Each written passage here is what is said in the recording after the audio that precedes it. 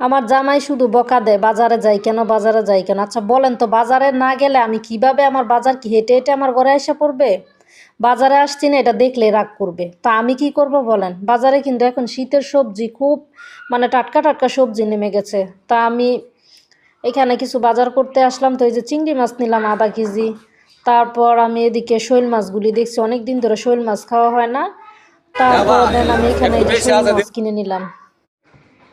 তারপর আমি কি কি বাজার নিয়ে আসলাম সেগুলি আপনাদের সাথে শেয়ার করছি।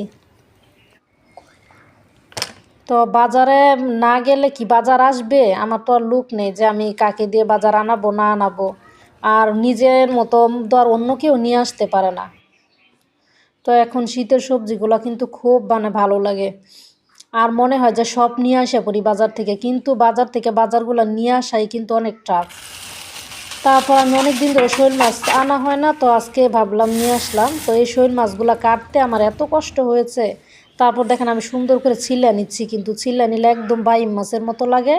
তারপরে রান্না করে খেলাম, ওইটা পরে দেখাবো। তো খুব মানে শৈল মাছগুলো কিন্তু খুব মজা লেগেছে, অনেক ভালো লেগেছে।